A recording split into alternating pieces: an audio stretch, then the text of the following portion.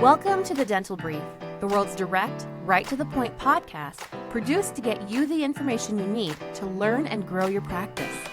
To learn more about our guests and find links to information discussed on our show, visit our website, dentalbrief.com.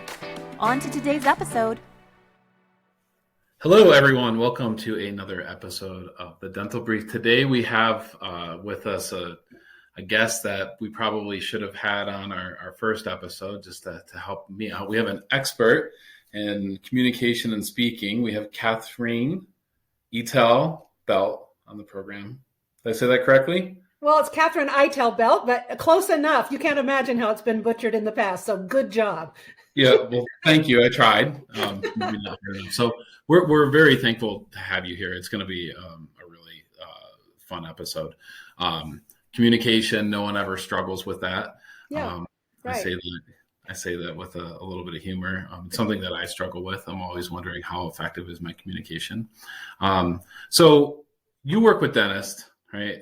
I've read some of reviews. I've read some of the testimonials people have given you, and clearly dentists across the country like what you've done for them.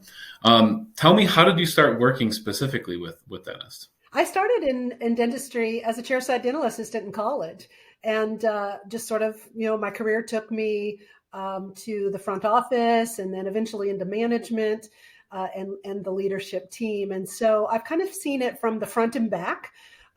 Over time, my husband was transferred to California. And so I took a job with a consulting company and didn't really much care for the company, but fell in love with teaching and consulting. And so for the last 30 plus years, I've been coaching, and for several decades was a full practice management consultant.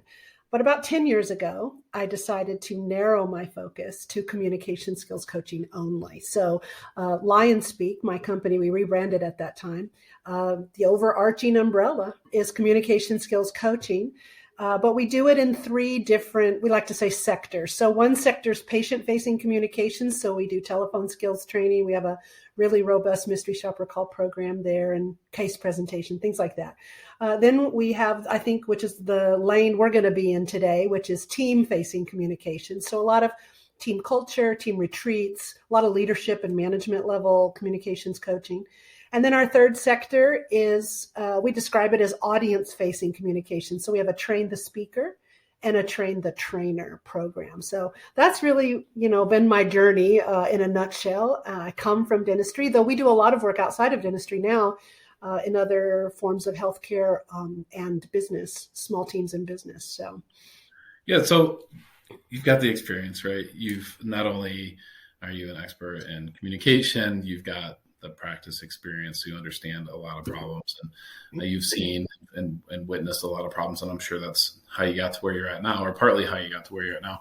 Tell me, what are some of the problems that you're hearing with dentists talking about communicating with their team, if they have one, or is it communication issues that maybe cause them to not have a team or the team that they wanted? So what are you hearing out there? What's going on? Yeah, well, I mean, it's a challenging time, and there's no doubt that there's some factors beyond dentist control that have contributed and are contributing to the lack of available personnel and the challenge that they're all facing across the country in attracting and retaining good team members. But here's the one thing that hasn't changed.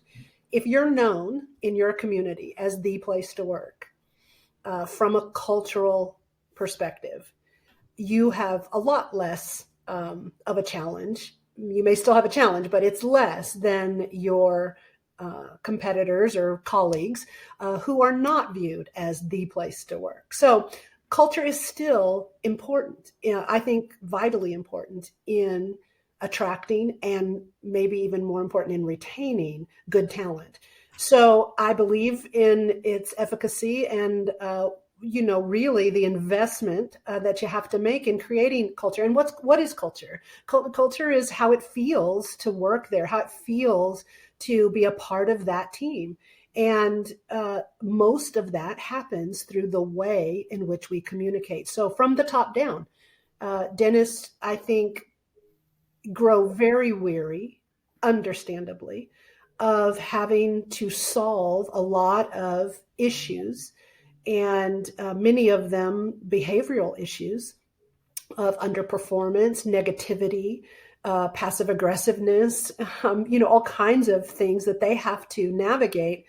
That they feel like often, if I could just do what I was trained to do, if I could just do the dentistry and not have to deal with the people that are associated with delivering those services, my life would be a lot better.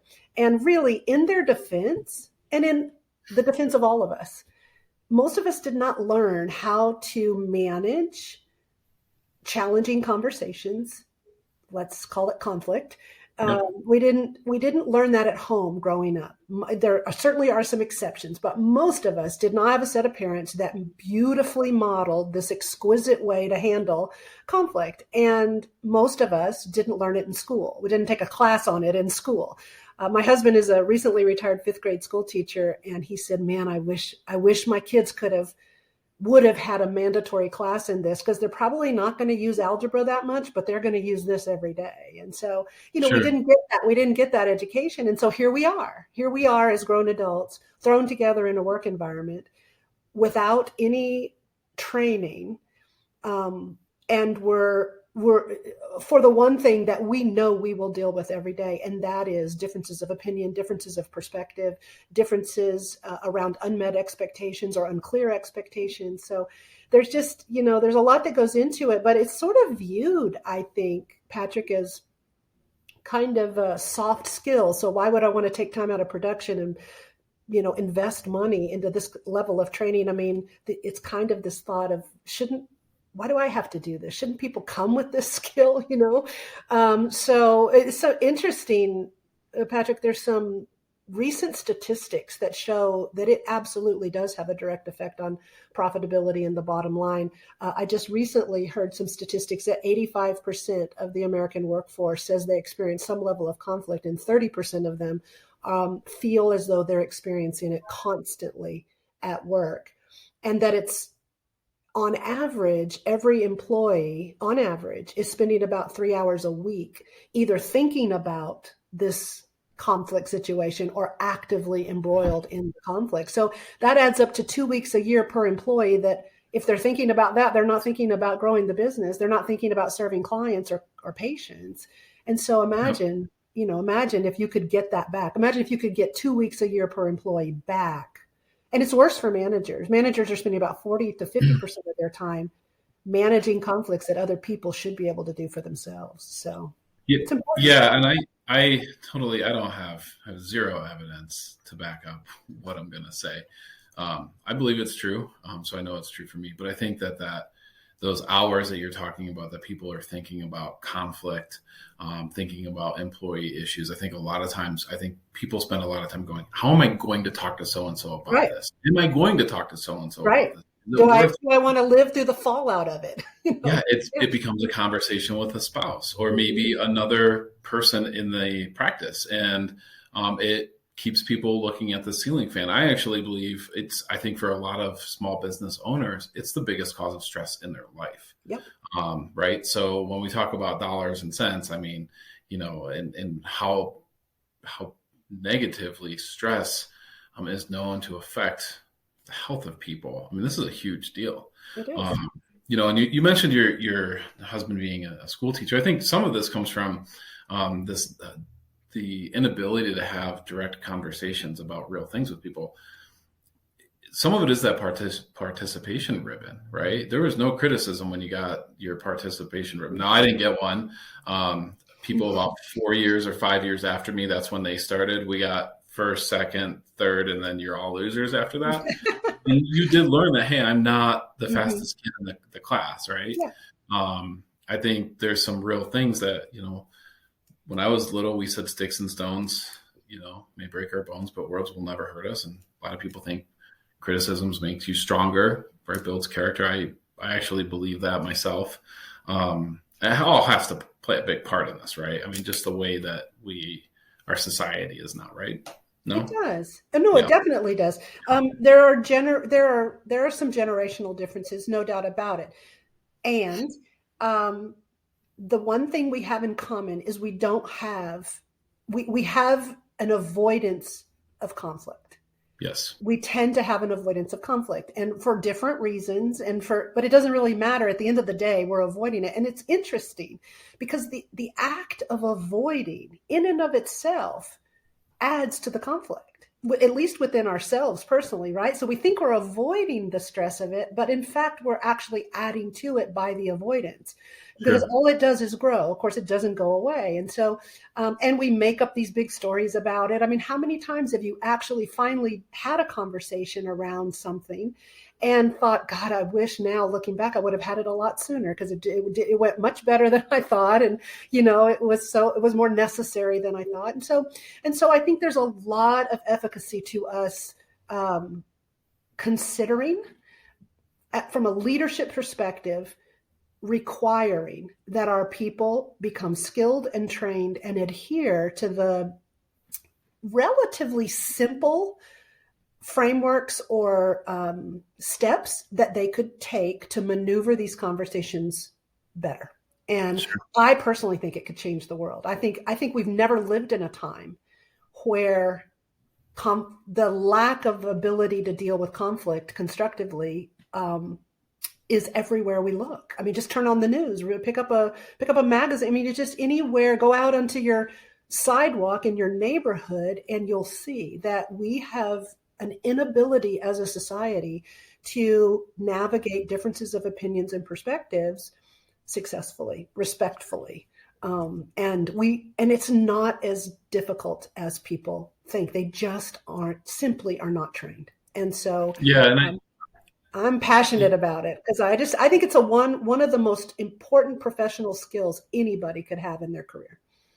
Yeah, I would agree with you 100%. And I see obviously we can say from a political spectrum, right? I mean, that's almost what we're talking about in a way where you have these two different people that won't engage with one another. I think the people who are kind of less passionate about one of those two sides, I think it's actually hurting them though, because they're seeing this and going, hey, maybe you shouldn't. If you disagree with somebody about something, maybe you just shouldn't. Maybe it's just better to not. So I'm actually thinking as a society, we're going backwards, not forwards here.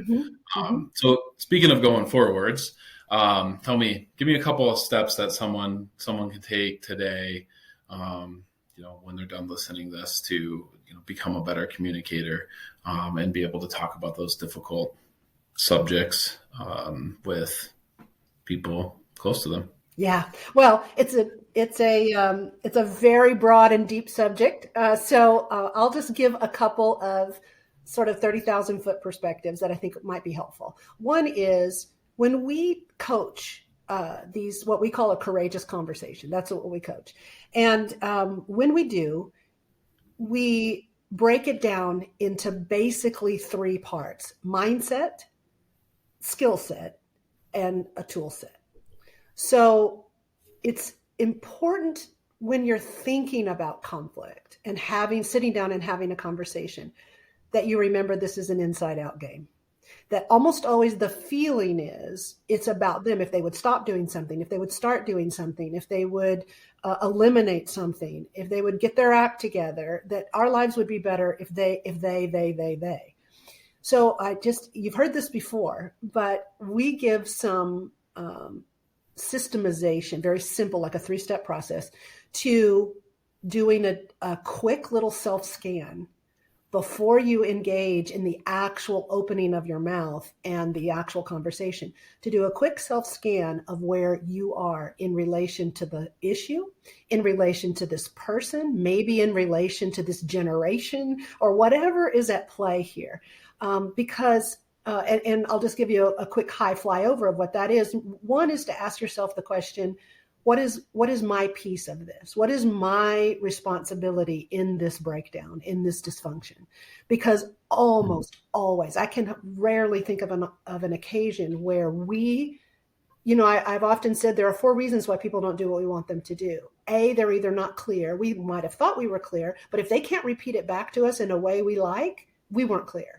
So we've either not been clear about the expectation, or B, we've been clear, but we've not given them the resources or the training or the support or whatever they need to be able. So you could be clear that you expect your people to take care of their own conflict with coworkers. You could be clear about that sort of leadership level, cultural level standard or expectation, but you could maybe not have given your team the tools to do so.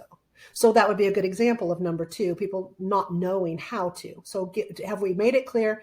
Have we given them the right training and resources? And thirdly, if we're clear and we've trained them, then do they have the capacity? Do they have the physical capacity to meet the standard? Do they have the intellectual IQ to do this job? Sometimes we put people in positions and the expectation is to come, manage or evaluate some metrics, and they do not have the IQ to do it. So are they, is the right butt in the right seat? And fourth, if they're clear, they're trained, and they're capable, then it is, are they willing?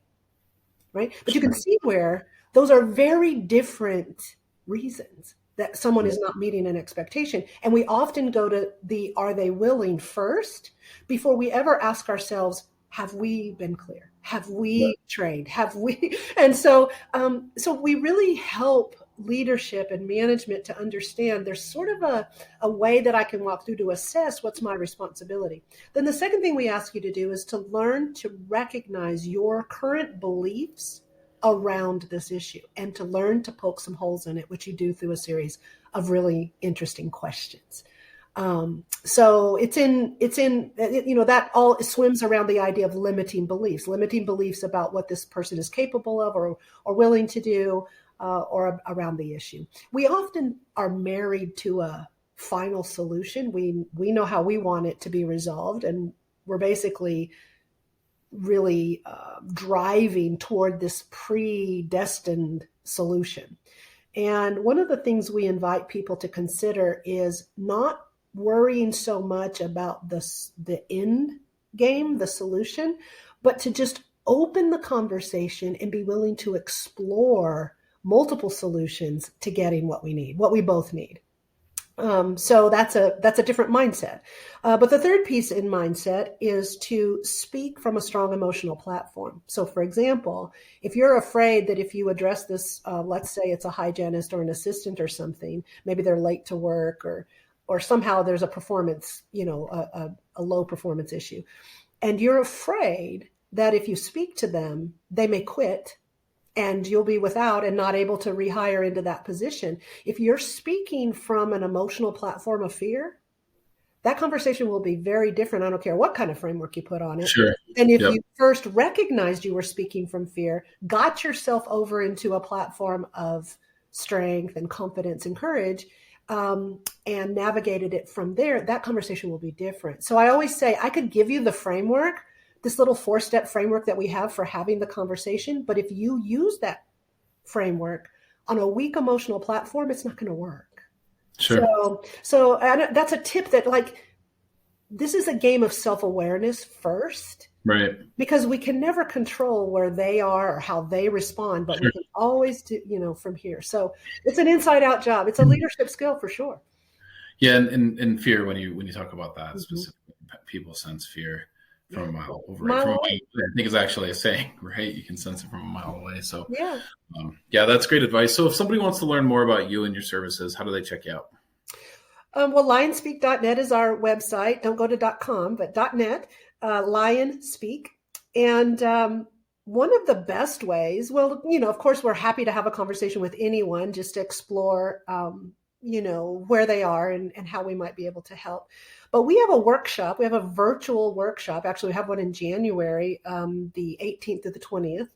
And we take 3 hours each morning and walk through the process of courageous conversations in your practice and in your life. And so I'd encourage your listeners to maybe consider that workshop, that virtual workshop, because they'll get a deep dive. They'll get some practice time. I always demonstrate with some volunteers from the audience. I demonstrate stepping into their voice, into their issue so they can see how to navigate it in the moment. And so it's a great, great workshop. I think that would be a great way to start. And you can just, I have a gift I'd love to give your listeners. It's a sheet that we developed for that workshop, and it's called the Courageous Conversations Support Sheet. And on the left, it's beautifully graphically designed. On the left, it has this sort of internal checklist. And on the right, it has our actual conversation framework. And it's a great little sheet to put up in a team room or to reference before you sit down to have a conversation. It's a great free resource.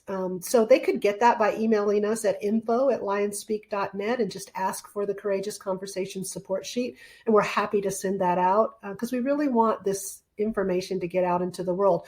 But another gift is that normally that workshop is $7.99 per person and $6.99 for an early bird rate. But for your listeners, if they put in the code when they register Dental Brief, they can register for $5.99. Awesome. Thank you so much. That's like $200 off. Yeah. So we'd love to have them. Yeah, we'll add that information too on the Great. Too.